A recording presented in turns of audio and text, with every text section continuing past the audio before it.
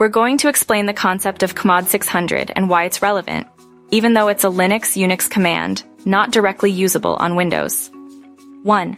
chmod is a command line utility primarily used in Linux and macOS, and other Unix-like systems, to change the permissions of files and directories. 2. The number 600 represents a specific permission set. Permissions are expressed in octal notation, base 8. 3. Each digit in the 600 represents a set of permissions for 3 different categories of users: the owner, the group, and others. 4. The first digit, 6, represents the owner's permissions. A 6 means the owner has read 4 and write 2 permissions. 5. The second digit, 0, represents the group's permissions. A 0 means the group has no permissions, neither read nor write nor execute. 6. The third digit, 0, represents permissions for others, users who are not the owner or in the group. A 0 means others have no permissions whatsoever. 7. In essence, chmod 600 on a file restricts access to only the owner. No one else can read or modify the file. 8.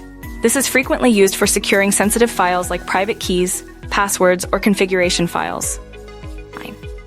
Since Windows doesn't use the chmod command directly, achieving this level of restriction requires different methods. 10.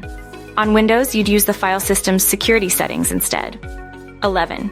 You can right-click a file, select Properties, go to the Security tab, and then adjust the permissions for different user accounts or groups, granting or denying read and write access. 12. The effect would be similar to chmod 600. Only the user account owning the file, often your own account, would have the ability to read or write to it. 13. While the syntax is different, the underlying goal, restricting file access for enhanced security, is the same on both Windows and Linux systems. 14. Remember to choose your security settings carefully to prevent accidental or malicious access to your files, using the features built into Windows for fine-grained control over access permissions. 15. Understanding chmod 600 helps you grasp the core concept of file permissions, which translates directly into how you manage similar restrictions on a Windows machine. 16. The key takeaway is understanding the principle of granular control over file access, regardless of the operating system.